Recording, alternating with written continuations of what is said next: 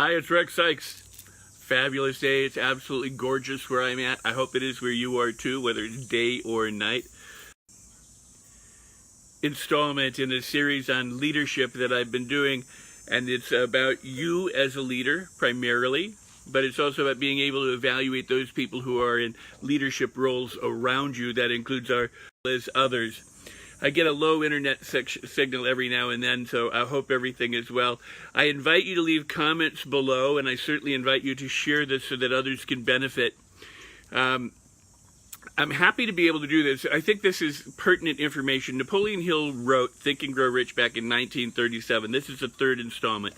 I've done two others. I did the attributes of leadership, altogether 21 things, the attributes of leadership and the reasons for failure as a leader. I'm now going to go into the major reasons for failure to accumulate the fortune that you want. This has to do with leadership, but it also has to do with, it's a checklist that you can check yourself against to determine whether or not you have the mindset, the tenacity, the beliefs, the attitude of a champion, of one who's going to go ahead, move forward, and make your own personal fortune, or make your dreams come true. Not everybody wants to be wealthy. Some people want to be happy. They want to be in the right relationship. They want to be able to play the piano. So whatever it is that you decide you want to do, Napoleon Hill listed these factors for people who want to take charge of their lives, be the captain of their ship and the master of their fate, to be their own personal leader and to lead themselves to success. Again, we can evaluate those around us, whether they're in our local, our state, our national government, or world leaders. We can also evaluate celebrities and other people who have some form of leadership capacity, excuse me, or platform. I apologize for the coughing. So number one, he says, an unfavorable hereditary background, meaning deficient in smarts. You just don't have the brain power to do it. Now, this is not an indictment against you or stupid people. What Hill discovered in researching the 520 people that he did to write Laws of Success and then ultimately Think and Grow Rich and his other books was that if you don't have the brain power, you want to surround yourself with the brain power of people who are smarter than you. You never want to be the smartest person in the room. Henry Ford had people, his staff, who knew how to create engines and design cars. He was in charge of his Mastermind alliance, as was Edison, as was Carnegie, who said, I know nothing about manufacturing steel. I have other people who are smarter than me. So the one method Hill says for bridging this lack is to create a mastermind alliance, and we've discussed that, about the importance of harmony and cooperation and having the right people in the right positions. When I do my Napoleon Hill program, which will be coming up soon, that you can sign up and enroll in, we're going to talk about all of these different things in detail, and obviously much, much more, okay? But you can bridge the gap by having others around you who are smarter. He says this is the only one of the 30 causes of failure which may not be easily able to self-correct, meaning if you're dumb, and I'm dumb. I mean, there are areas that I don't know things about, and I could spend the time learning them, or I could get qualified people around me to inform me and help me in those areas. So that's his point, and number two, lack of a well-defined purpose. He says if you don't have a well-defined purpose, if you don't know where you're going, you have no hope for success. He says a person without a central purpose or definite goal or a definite cheap aim or purpose, as he calls it, at which to aim will not fail. 98% of our country, if you look at statistics, 98% of our country have no such aim. 98% of the world, when you look at statistics. Only 1 or 2% of the people, of our population will actually die with enough money to be considered rich. Another 5% will have, or up to 5% will have adequate means. Maybe, they can be taken care of, but they're certainly not rich. It's the 1 or 2%ers. Now, we hate 1 or 2%ers, most of us, it seems. We resent them because they're wealthy. If you hate the 1%ers, and I do. I mean, I hate the predatory one percenters. I hate the people who prey on others, who are corrupt and who only want to profiteer for their own personal or maximize their own gain. But believe me, there are plenty of wonderful philanthropic one percenters, and those are the ones that we should aspire to be and emulate. All right. So he said the major cause of failure is not having a purpose. But if you don't love money, you're never going to have money. Now, it's not the love of money, but it's what the money allows you to do. So, meaning you have to have a good relationship with it. It says that, money doesn't come to you, but money can hear you call. And if you don't like it, it's not going to come to you. So if you don't like the rich, you're never going to be rich. Does that make sense? Because your own mindset will prevent you from being one of the people that you don't like.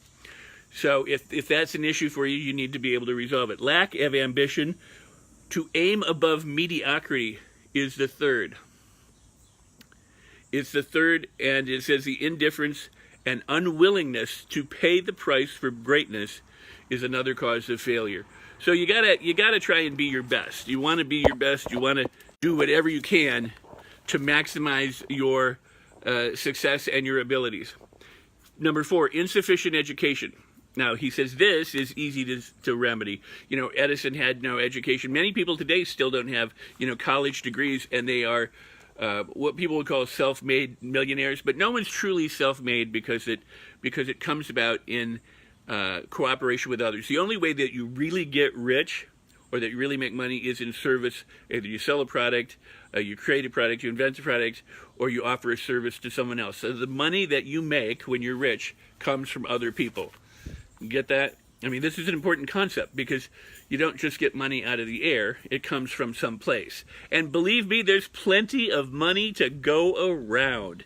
Trillions and trillions, billions, I can't even begin to say it, of money is being spent every second. So you can remedy a lack of education. You can invest in yourself. You can take workshops and seminars. You can go to college. You can go to school. It doesn't have to be formal education. Any person who's educated has learned to get whatever one wants in life without violating the rights of others. This is Hill's principle, meaning if you're truly smart, you know how to get what you want in life, and you know how to do it without violating the rights or imposing on other people.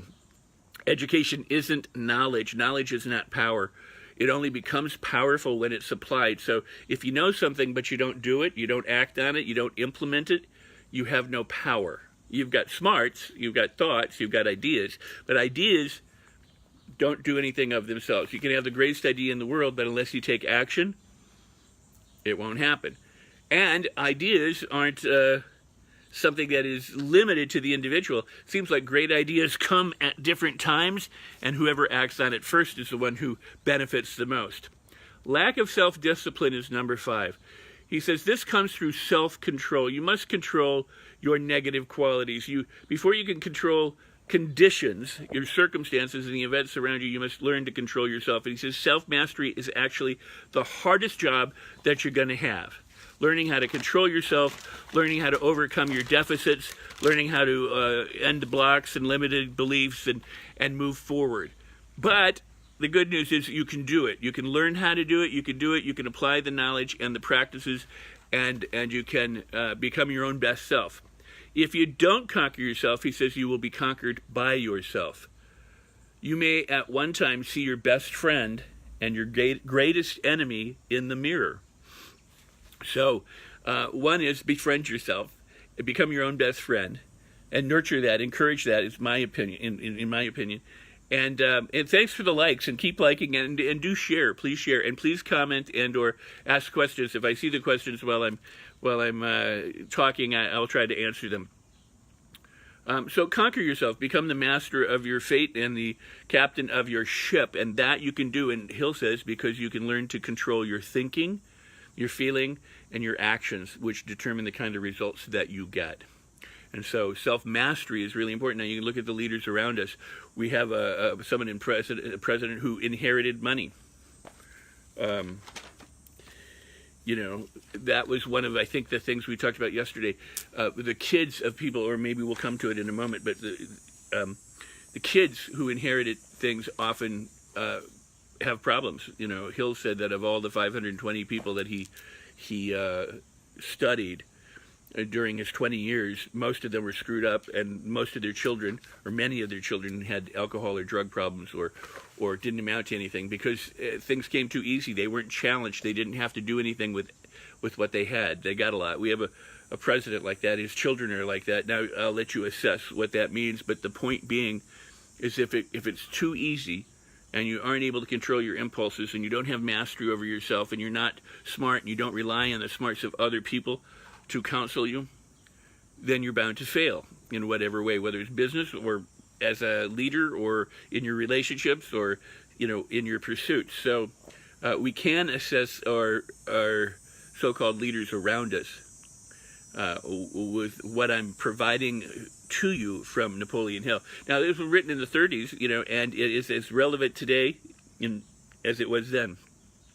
Number 6, ill health. No person can enjoy outstanding success without good health.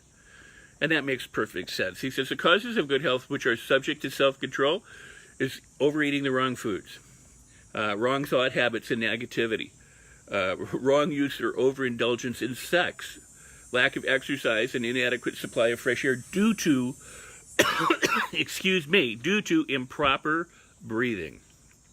So these are things that one can correct to have better health. Obviously, there are other health challenges that people may face. And that doesn't mean, you look at Stephen Hawking, he was physically challenged. He may have not had the best health all of his life, but certainly was successful in being a great mind and a great person and in contributing to all of us. So, but it benefits all of us, each of us, you and I, to be as healthy as we can be. Number 7, unfavorable childhood environmental influence. He said, as the twig is bent, so shall the tree grow. So this has to do with our conditioning and our upbringing. The sins of the father are passed on to the sons is a way of saying that the thoughts of our moms and dads and the people around us and our teachers and our primary caregivers are passed on from generation to generation. We could pass along the positive things, but we also pass along the negative things or the limiting beliefs. If money was difficult or a topic of derision, a sore subject in your home, it's likely that it is for you today. Some people react against it. They go, my parents were poor, I will never be poor, and they overcome this particular area in their life or another area of their life. The father or mother might have had an addiction problem. They choose not to. The other is likely the parents don't, and they end up with one. So it's bad environmental influences. Again, this can be, we can re-educate ourselves, retrain our brain and our mind. Procrastination is probably the most common cause of failure. People wait for the right time. They wait for perfect circumstances. They just put things off. They're lazy. They opt for mediocrity. They're reacting to see what happens before they do anything. He says, don't wait to start now. There's never a right time. Start right where you stand. Implement your plan with whatever tools you currently have.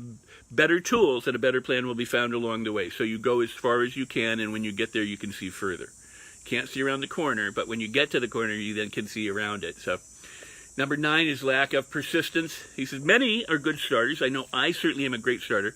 He says, but are poor finishers of everything we begin. Moreover, people are prone to give up at the first sign of defeat. So there's no substitute for persistence. Failure can't cope with persistence. You have to persist. You have to get through it. There's a story about 3 feet from gold where the guy, went out and found a gold vein and it went dry. So he dug and dug and dug and dug and dug and dug and dug. And finally he gave up, threw in the towel, said, okay, I quit, and sold it off. And the guy who he sold it to got a surveyor or geologist, whatever. And they did some research and found that the guy had stopped 3 feet from the richest gold vein. The guy's name was R.U. Darby, who later made great success in the insurance business because he said, I stopped 3 feet from gold. I was never going to let anything stop me again. So persistence, temporary defeat. All failure is temporary unless you throw in the towel. Quitters never win and winners never quit. So if you don't throw in the towel and you keep going, it's a temporary defeat. It's a setback that you can learn from and grow from. A negative personality. He goes, there's no hope for success for a person who repels people through a negative personality. Well, I guess that's relative to what we see going on today in politics and in celebrity and in different things. Some very negative, nasty people have become successful for whatever reasons. So remember, there are always exceptions to every generalization or to every rule. There will be a counterexample for every time you say you can't make it unless you have the right mindset. Somebody will win the lottery, and but that too may come with a price. A lot of the lottery winners are now destitute all over again because they didn't have the skills to manage the money when they got the money.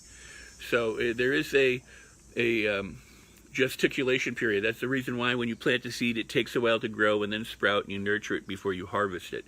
Too early of success can be a downside for you. I really appreciate all the people who are watching. I see that Lincoln is watching. Lincoln Laxton is a wonderful guy. Harvey Fishback is watching.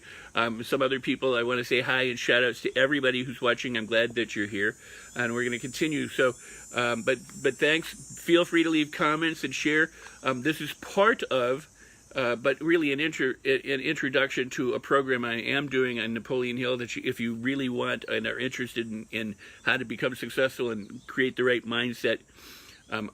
The Napoleon Hill class, you're going to really want to look into it. Currently, I have Mind Design going on, and Mind Design is a fabulous program for creating a blueprint and architecturally designing the inside of your head so that your world the outer world pales by comparison, so that you easily get your goals and make your dreams come true. All right, so I was talking. So check into those at dailyinspirationandgratitude.com. dailyinspirationandgratitude.com. You'll see a pull-down menu there, and it'll say Mind Design. You can check into that. And this is about. I'm not doing this for the class. I'm doing this because I think it's important that we look at our leaders and ourselves in this current day and age, and discover, our strong points as well as our weaknesses, so that we can be able to overcome them. But there's no hope for the success of a person who repels people. Success comes through the application of power, and power is attained through cooperative effort with other people. A negative personality doesn't incur cooperation. You can see that going on in our political arena today, whether it's one party against the other, the lack of harmony, the lack of cooperation, the lack of harmony and cooperation between world leaders, the threats that are the threats and the I'm going to smash you kind of stuff that's going on. Stems from a negative personality. It stems from someone who's not very smart about the ways of the world and how you get people to do things. We discussed in session 1, about your ability to induce people to do what you want in ways where they win and you win. And you win more, berries with honey than you do with vinegar. So you reap the benefits by being able to get the most people to cooperate with you and the most people to give you money because you deliver incredible, valuable service and you go beyond anyone else. You stand out as a leader in your industry, in your business, in your church, in your school, in whatever it may be. Stand out as a coach for a Little League team, by who you are and how you are able to get people to do things. And as Hill has pointed out, and not only he, but we've known this all along, there's good and bad, and there's force and there's cooperation. So you can get people to cooperate and do things, or you can try and force them to do things. And if you force them, they won't be loyal, and they won't like you, and they won't stick with you for long, and at the first chance they can, they will probably flee. Lack of controlled sexual urge. Sexual energy, he says, is the most powerful of all stimuli which move people into action. When I was about 18 years old, I was told, if you can convert all your sexual energy into your career or what you want, your dreams and your goals, you will be successful. And because it's one of the most powerful of emotions, he says it must be controlled and transmuted and converted into other channels. Otherwise, and you can see that. He said most of the people who do become really powerful, have issues with infidelity and sex and things like that because they have strong sex drives, and they're not always channeled. Much of it's channeled into their career, into making money, into their passions, but some of it is, and sex is good. I mean, we're not making any judgment about sex. It's about what you do with your sex drive, not whether sex is good or bad or right or wrong. uncontrolled desire for something for nothing, like gambling, like playing the lottery. You want something for nothing. You want to get the maximum benefit with the least amount of effort. This is definitely not a way to succeed. You want to, if you're going to succeed, you got to figure, I got to do what it takes in order to succeed. Kind of like wishing your dishes would be cleaned if they're sitting in the sink. You just got to do them. Or you have to be able to get someone to do them for you, pay them or induce them or get them to cooperate. But the point is they don't do themselves. So you don't get anything for nothing. I don't walk into a supermarket and go, I'm taking the bread, I'll send you money next week. Yeah, I mean, I get there's credit and all those kinds. But you know what I'm saying? You pay for your groceries before you take them home. And in the same way, you should expect to pay for services, expect to pay, a spiritual cost for spirituality, an emotional cost for emotions, a physical cost for, like you got to work your body out in order to have the body of your dreams. Got them? Okay, number 13 is lack of a well-defined power of decision. And we talked about this earlier, that successful people reach decisions promptly and are slow to change. Failures are slow to reach decisions and quick to change their mind. Indecision and procrastination, Hill says, excuse me, are brothers. They're brothers. They're twins. And you got to eliminate these twins. So you need to end indecision and become decisive, because your life can transform the instant you make a powerful decision. You don't have to wait. It doesn't have to be incremental. You make a decision and your entire life can change. And if you wait and you put it off and you never do it, well, so those two things are evil twins. One or more of the basic fears, the 6 basic fears, which is poverty, fear of poverty, of lack, of not having, fear of criticism, of somebody saying something about you that isn't positive. And we can see one of our leaders has an immense problem with this area. Ill health, fear of ill health or not being healthy. The loss of love, worrying about our relationships. Old age, and fearing death. The 6 basic fears. Poverty, criticism, ill health, loss of love, old age, or death. He says these must be mastered before you can efficiently market your services. Meaning, if you're driven by fear. Hi, Julian from Indonesia. Awesome. Or Jumala. Sorry. Hi, I see that. And I'm glad all the people are here. Thanks for commenting. Thanks for saying hey. You got to master your fears before you can move ahead. If you're afraid to make a decision, if you're afraid to go after your dreams, then you won't. If you're afraid in love, you're not going to be very successful. So you need to master your fears. Wrong selection of a marriage partner. He goes, this is the most common cause of failure. Unless one's relationship is harmonious, failure is likely to follow, marked by misery and unhappiness. Because, when our heart is broken, it destroys our ambition. We don't feel like doing anything ever. Woe is me. We feel bad. So another reason for failure. Hi, Linda. Over caution. The person who takes no chances has to take what's left over when others are through choosing. Oh, now I think that's such a powerful, powerful statement. The person who takes no chances must take what's left over when the others are done choosing. So over caution is as bad as under caution. Life is chance, and there is a risk. So you got to guard against being too cautious, but you also have to guard against being not cautious enough. So when it comes to making decisions, especially if someone wants you to invest in, stocks or real estate or something like that, you need to analyze it, get facts, not opinions. You don't go with, oh, this is the best thing ever, but you look into it and make sure that it's a wise investment. You rely on those people, and you have to vet them. That's part of being smart, or having the people around you who are smart enough to invest you wisely and make sure that your interests are in their heart, so you don't make mistakes. You don't want to be, being a spendthrift is crazy, and being too tight and too conservative as a spender is not good either. Wrong selection of business associates is another major cause of failure. You're surrounded by the wrong people. He says select great care. Take great care to select an employer who you want to work for. Your partners, your associates, your employees, your customers. Select those who are inspirational and intelligent and successful. We emulate the people who we are around. It's been said, I think Jim Rohn said it first, but it's been said that we are the average of the 5 people income who we're surrounded by. So if all of the people around you make $20,000 a year, you will be the average of that. That would be $100,000 divided by 5. You'd have $20,000. If you change that to $2 million a year, you can see how your income would increase. We emulate the people around us. You can't not be contaminated. We have what's called mirror neurons. We create rapport. We like minds attract each other. Birds of a feather flock together.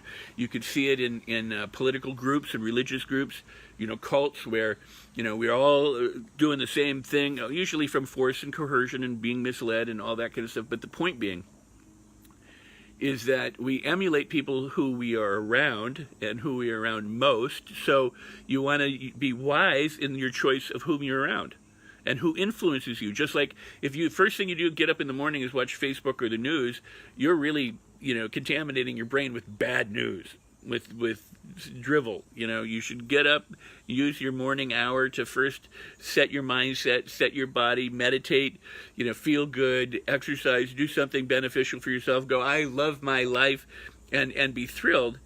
And as you get into the day, then maybe you want to, check out Facebook or the news. But the point being is, we are bombarded constantly by messages in the media and billboards, the radio, our clothing, the music, our movies, magazines, the news, our friends, phone calls, robocalls, Facebook, social media, Twitter, and the people that we hang around. So choose people who are worth hanging around and eliminate spending a lot of time with those people who pull you down or are detrimental.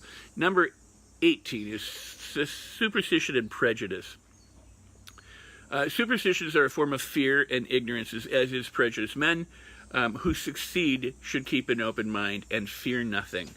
If you're afraid of another person because of their skin color or their hair, how crazy is that? You're afraid of a religion. How crazy is that? You're afraid of a gender or somebody who's transgender or who's bisexual or homosexual. How crazy is that?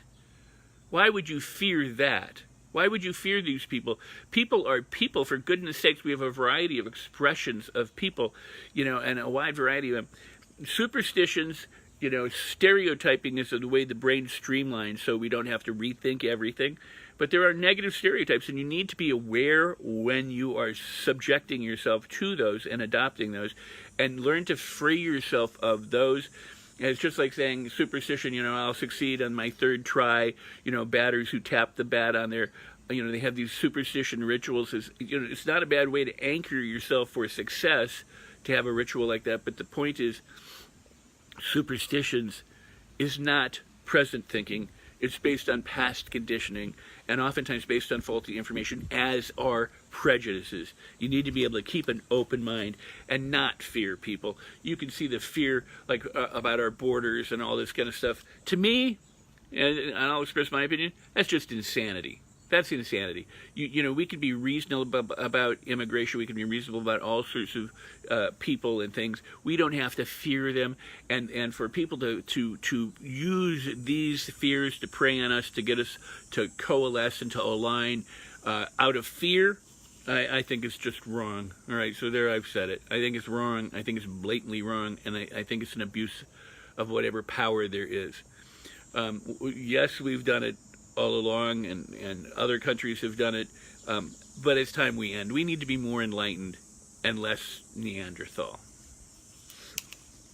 Wrong vocational selection. No person is going to succeed in an endeavor that they don't like, or that you can't wholeheartedly throw yourself into. So you need to do something that you enjoy.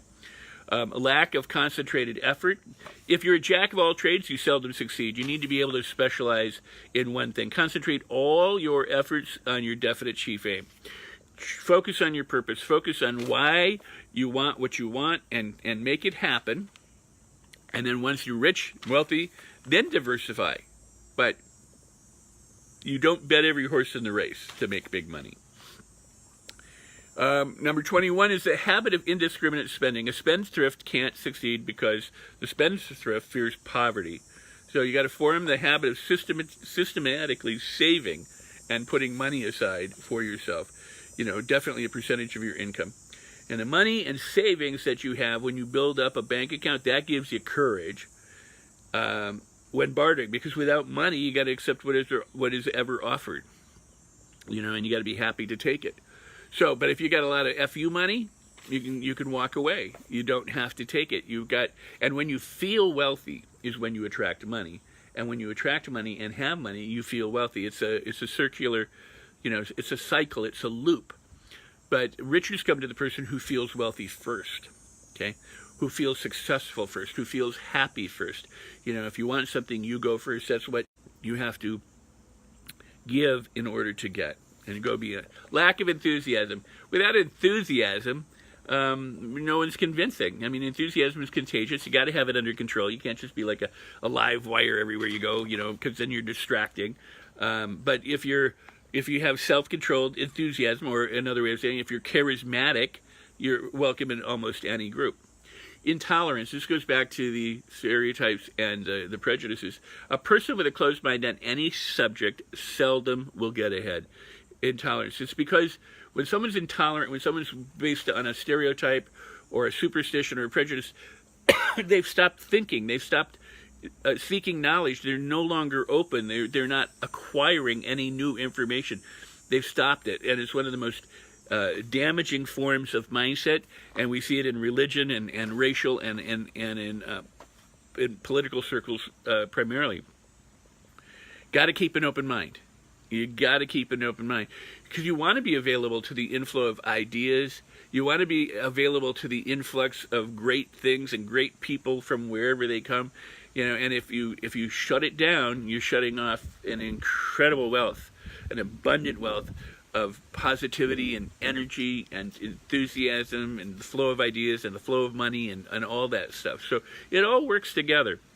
Intemperance is number 24. Overindulgence, whether it's food or drink or drugs or sex or whatever it is, or gambling or criminal activity. If you're intemperate, when you're overindulgent, it can be very fatal to success. It's kind of like your vices will take you out. And we've seen that in show business, and sadly people who have died from addictions and other things. In political careers being ruined because of their vices. So check that. The next one, inability to cooperate with others. More people lose their positions and big opportunities because of this, Hill says, more than any other reason combined. No well-informed will tolerate somebody who can't get along and cooperate with others. Your ability to build bridges between people, induce them to do things, to give you their money, to provide your services, to partner, or trade agreements and things like that, all come through cooperation, not through threats and not through violence. So the inability to cooperate is one of the main reasons we aren't successful. The possession of power that was not acquired through self-effort. This is what I was referring to earlier. Children of wealthy people who inherit money that they didn't earn. They have power in the hands of people who suddenly have it. They didn't acquire it gradually. Learning to use power, learning to use money, learning to have influences, all comes through trial and error. It comes through experience. The wisdom is gained from making mistakes and correcting and self-correcting and being corrected by others, by having mentors. So if you suddenly got a ton of money, this is why the lottery winners, oftentimes go bust not long after they got a ton of money. This is why people who succeed too fast, they only have one way of success, and so they don't have a variety of different ways if that one way dries up. The children of wealthy people often are victim of this, and our leader was born rich, and his children are rich, and I have nothing against rich people, so remember that. But it's about learning how to do things with money. And if you look at most of our great leaders' business things, I mean, every business person may go bankrupt. That's not, that in and of itself is a bad thing. But if you look at, and you got to admit, if you try a lot of things and you go bankrupt a lot of times, at least you tried a lot of things. But if you look at the track record and you look at the abuses that have been put forth in those circumstances and situations like Trump University or things like that, it should give us all cause for concern. But again, I let you make your own decision. This is really not intended to be a political platform for me, but for us to be able to assess, the people who assume power roles around us. And that's Democrat and Republican, that's third party, that's our religious leaders, that's our school boards, it's our, the charities, the corporations, it's the, the military industrial complex, it's everything, be able to assess our leaders. So, quick riches, he says, is more dangerous than poverty. Our people want us to think, that the poor are a problem and we got to watch out for them. They don't want something for nothing and they don't do anything. I have rarely met a person who says, ever in my life, I just want to take a free ride. Most everybody I've met who's ever been poor works harder than a lot of other people that I know. So you got to be careful about assuming that because someone's poor that they want entitlements. The entitlements actually go to most of the rich people, not the poor people. It seems that more and more of the things that have benefited the poor are being taken away, while more and more, and this is true all the time. If you have, I have celebrity friends, and everybody gives them everything. They buy stuff, but they get cars, they get shoes, they get clothes, they get swag bags, they get perfume and clothes because people want them to wear them or drive these things, so that it's a brand identification. So if you're really, really rich, you get lots of stuff. If you're really, really poor, you don't get that much. You see, and when the government tries to take away things from the poor and give it to the rich, there's a huge inequity that hopefully we can correct. Because you know what? There's plenty for everybody. There's the only thing about money. There's money everywhere. It's just in the hands of a few. It's controlled. It's like a cartel. It's like diamonds. There's plenty of diamonds around the world.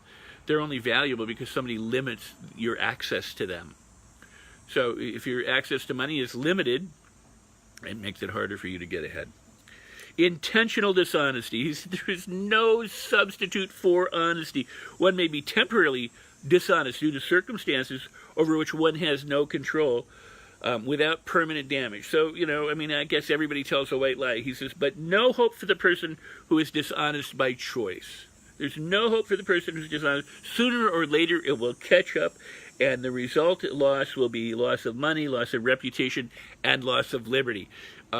We have, for some time, you can say all of politics is based on lies, because I always say this.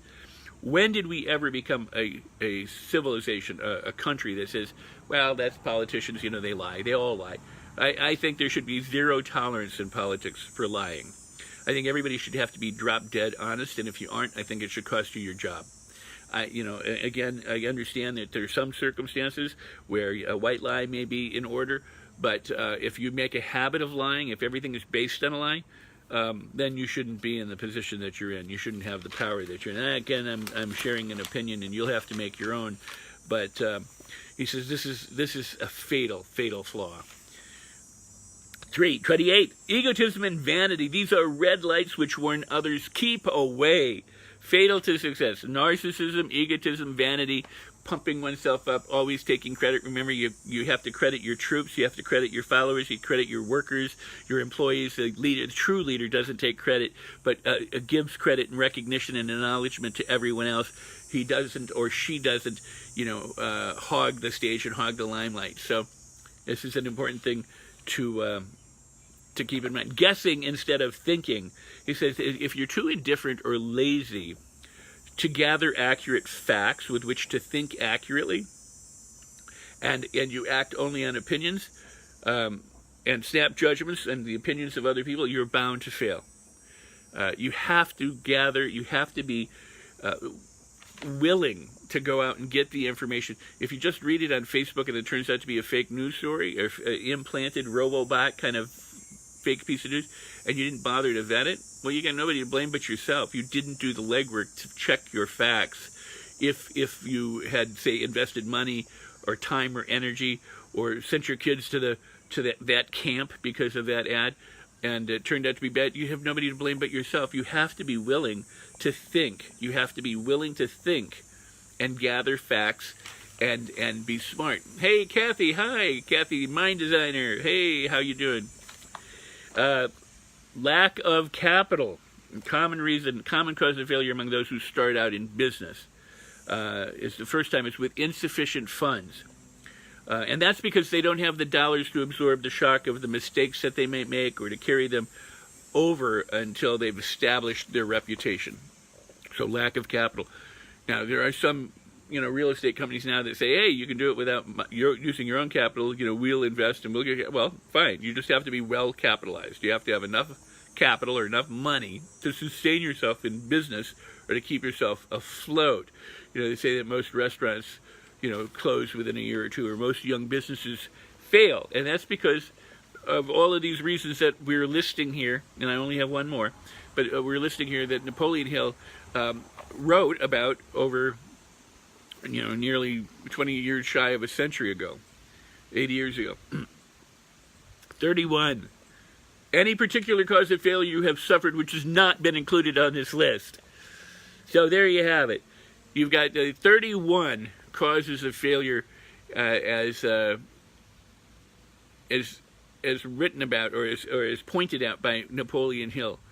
And the point is go back, rewatch this video, take notes, share it with other people, but examine your life in light of the 3 different videos that we've just done on leadership and determine, are you a leader in your own life? Would you be a capable leader for leading others?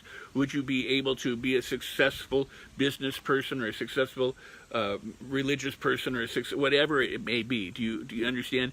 This is for your own self-analysis. It's also so when you watch the news and you listen to the people and you see examples of so-called leadership in everyday life, you can make an assessment based on these things and decide, does this person, they may be charismatic, you might like them, but they might be a horrible leader, or they might be not very charismatic and you might not like them, they might be an incredible leader.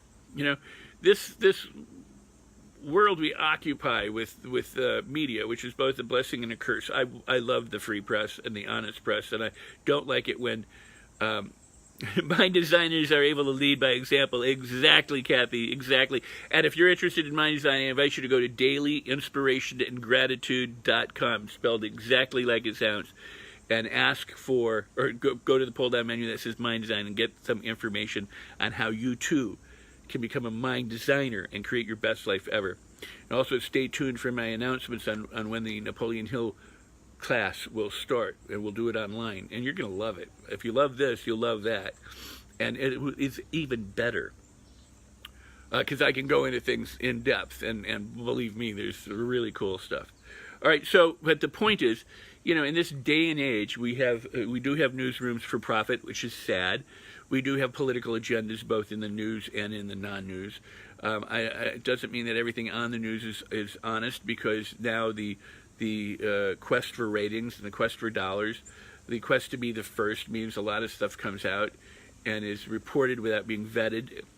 Even in the olden days, there's problems with press. So you want to get your news source from more than one place. You don't want to just get, I always say that the towns with one newspaper were truly, in the olden days before the internet, towns with one newspaper had it rough because they got one news source, and if that news source was corrupted, they didn't have anything else to go on but their local press.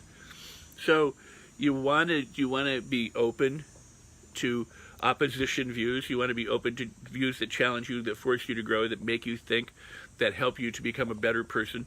You want to be open to the possibility that things are wrong and that they're not right and they're inaccurate. And you want to vet that. You want to be a thinker so that you can think and grow rich. You see, it's about developing the right attitude, the right mindset, the right practices, and the right habits. And you either have supportive habits that help you move through life from birth to death, or you have unsupportive or non-supportive habits from birth to death that prevent you from getting what you want. And the good news is if you've got bad habits, you can change them. Yeah, it's not that pleasant unless you make it pleasant to change them. And that's what mind design is about, is learning how to change in a pleasant way, in an easy and a fun way, in a way that you enjoy. So it takes a sting out of that change. But, you are leaving one comfort zone for another, in the same way that if you were to exercise, you get a muscle burn It's a signal that your muscles are growing, and the more you do it, the more your body benefits, and the more you see the results that you're getting because you have a consistent method of practice or a consistent method of exercise. And you do it, and I don't know anybody who really wants to exercise, but you develop the habit of doing it, and you want to do it, and it becomes something you look forward to doing. And in the same way, that's what a good mind designer does. They design their mind and their life so that they look forward to doing the things that they know they have to and must do, so that it's no longer something that is an effort, but is a pleasure. Doesn't mean that the physical effort goes out of it, but it's fun to do instead of it being a chore. Okay, so this is how you design your mind. And Napoleon Hill talked about thinking and growing rich, meaning when money comes, it comes because of attitude, not because of hard work. And the people who think that money comes because of hard work only are wrong. That doesn't mean that there's not effort involved. It means that you have to think a particular way before you're able to get the riches. You think right and you feel right, then you behave right, you take right actions, and you persist, and then you ultimately get the results that you go after. A lot of people mistake being busy with being productive, and they're two different things. You could be on Facebook and checking your email and doing all sorts of things that keep you busy all day long and not get much done. Okay, so the successful person knows the difference between productivity and simply being busy. All right? So we've done 3 videos right now regarding this, and Hill's, my point in doing this is to know yourself, to know your strengths and your weaknesses, and to know whether the weaknesses you can eliminate, or bridge them so that you become stronger in them, and that you know your strengths so you can call attention to them, when you're marketing and when you're in business. If you feel confident in yourself and you are competent on top of that, it's a really winning combination. And you can only know yourself through honest and accurate self-examination and analysis and awareness. And the goal is to be sure that you're presently worth more than you now receive before you negotiate a higher salary. Does that make sense? This is what he says. This is about a vocation, a job. Be sure you're presently worth more than you now receive before you negotiate a raise. In other words, you have to make yourself valuable. Let's say you're working for $10 an hour, and you want $15 an hour. You should be doing $20 worth of service, so that you're doing more than your $10, so that you can go in and go, hey, this is what's going on. I'd like a raise. You need to be worth more than you presently get before you can negotiate a higher thing. So if you want more money, you have to be worth more money first. Do you get the principles of going first? And your value, by the way, is entirely established by your ability to render a useful service or the capacity to induce others to render such services. And if you're able to do that, you are then able to grab a greater market share. Yes, exactly. It's Sadia. Just like exercise, your mind has to get outside of the comfort zone. Exactly. Thank you for commenting. So there we have it. I was just checking one thing to see. I'm really happy that I was able to bring this to you. I really am. And there may be more coming up, but for now, these are the 3. Be sure to go back and watch them. Use them, study them, and use them to increase your own self-awareness, your own self-worth, to eliminate those things that hold you back, and to move forward towards your dreams. And if you like what you got, please leave comments. Please share for other people. Please join us in Mind Design and the other programs that are coming down the pike. Napoleon Hill will be one of them.